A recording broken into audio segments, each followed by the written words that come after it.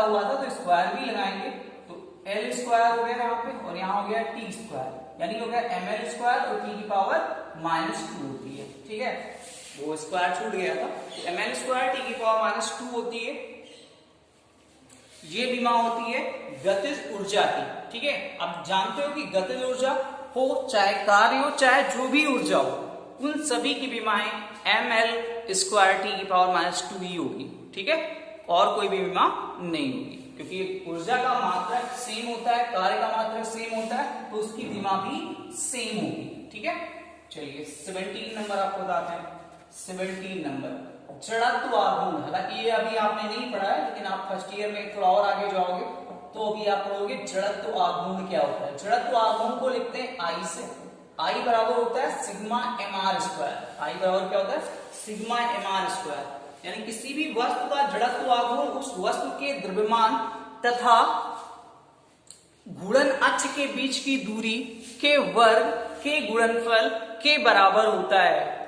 ठीक है, कुछ खास समझ में नहीं आया होगा जड़त्व आघूर्ण क्या होता है। किसी वस्तु का जड़त्व आघूर्ण उस वस्तु के द्रव्यमान तथा घूर्णन अक्ष के बीच की दूरी के वर्ग के गुणनफल के बराबर होता है। इसे हम जड़त्व आघूर्ण कहते हैं। तो जड़त्व आघूर्ण आई बराबर एम आर स्क्वायर या आई बराबर एम मतलब है किलोग्राम इसका मात्रक होगा और आर का मात्रक मीटर स्क्वायर होगा। यानी किलोग्राम को हम एम से लिखते हैं, मीटर को एल से लिखते हैं, यानी जो विमा होती है आई की वो एम एल स्क्वायर होती है, एम एल स्क्वायर होती है। क्लियर हुई बात? ठीक है, उसके बाद चलिए 18 नंबर 18 नंबर है स्थितिज ऊर्जा। स्थितिज ऊर्जा कोई भी वस्तु है उस वह अपनी विराम स्थिति के कारण उस वस्तु में जितनी भी ऊर्जा निहित होती है या उपस्थित होती है उसे हम स्थितिज ऊर्जा कहते हैं। स्थितिज ऊर्जा को लिखते हैं U से और U बराबर आपने पढ़ा होगा mgh होता है। क्या होता है? U बराबर mgh। तो m मतलब है इसका मात्रक किलोग्राम होगा, g का मात्रक मीटर पर सेकेंड स्क्वायर होता है, h लंबाई है यानी ऊंचाई है, इसका भी मात्रक मीटर होता है। तो किलोग्राम को कैपिटल M से लिखते हैं, मीटर को हम L से लिखते हैं, बटे सेकेंड को कैपिटल T स्क्वायर लिखते हैं और मीटर को फिर से L लिखते हैं। यानी ये हो गया एम एल स्क्वायर टी की पावर -2। टी स्क्वायर ऊपर जाएगा तो -t की पावर -2 हो जाएगा। ठीक है, तो ये होती है। इससे देखिए दोनों अभी गतिज ऊर्जा निकाला था तो भी एम एल स्क्वायर टी की पावर -2 आया था और स्थितिज ऊर्जा निकाला तो भी एम एल स्क्वायर टी की पावर -2 आया। ठीक है, चलिए बल आघूर्ण। बल आघूर्ण ये क्या होता है? बल आघूर्ण को हम टाउ से लिखते हैं। ये जो लिखा हुआ है टाउ, टाउ बराबर होता है एफ क्रॉस डी यानी एफ डी होता है। टाउ बराबर एफ डी।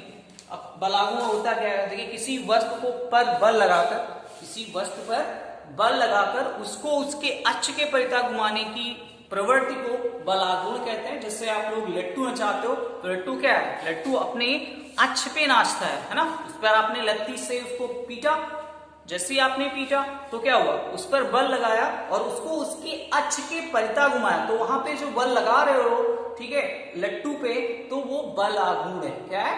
बल आघूर्ण। वो बल नहीं है, वो बल आघूर्ण है। बल का मतलब होता है विस्थापन होना, ठीक है, जबकि बल आघूर्ण का मतलब होता है किसी वस्तु पर बल लगाकर उसको उसके अक्ष के परितः घुमाने की प्रवृत्ति को बल आघूर्ण कहते हैं। ठीक है, तो ये होता है बल आघूर्ण। बल आघूर्ण टाउ बराबर एफ डी है, ये आपको 19 नंबर बताया जा रहा है। अब देखिए बल की विमा आपको पता है क्या होती है, एम एल टी की पावर -2, और डी विस्थापन है, इसकी विमा एल होगी, यानी इसकी भी विमा होती है एम एल स्क्वायर टी की पावर -2। ये भी एक प्रकार की ऊर्जा है, समझ पाए?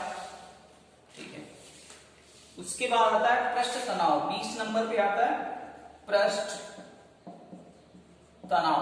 ये क्या होता है? पृष्ठ तनाव को हम कैपिटल टी से लिखते हैं और टी बराबर होता है F/L, मतलब बल और बटे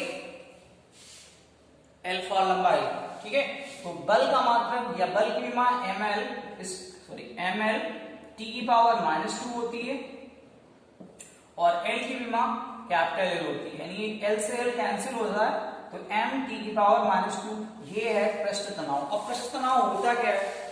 देखिए, जब आपने देखा होगा जल होता है, तो जल के अंदर, ठीक है, जल में अपना एक पृष्ठ तनाव होता है, जिसके कारण जो जहाज हैं वो नहीं डूबते, या और भी कुछ चीजें हैं जो नहीं डूबती। जैसे मच्छर है, जल की सतह पे बैठ जाता है तो वो नहीं डूबता। क्यों नहीं डूबता? क्योंकि जल के अंदर क्या होता है, एक पृष्ठ तनाव होता है ना। इस मच्छर जैसे आपने देखा होगा, इस समय पानी भरा हुआ होता है, तो पानी भरा हुआ है, उसके बाद मच्छर जो आता है उस पे आके बैठ जाता है, लेकिन वो नहीं डूबता। तो किसके कारण होता है? पृष्ठ तनाव के कारण। ठीक है।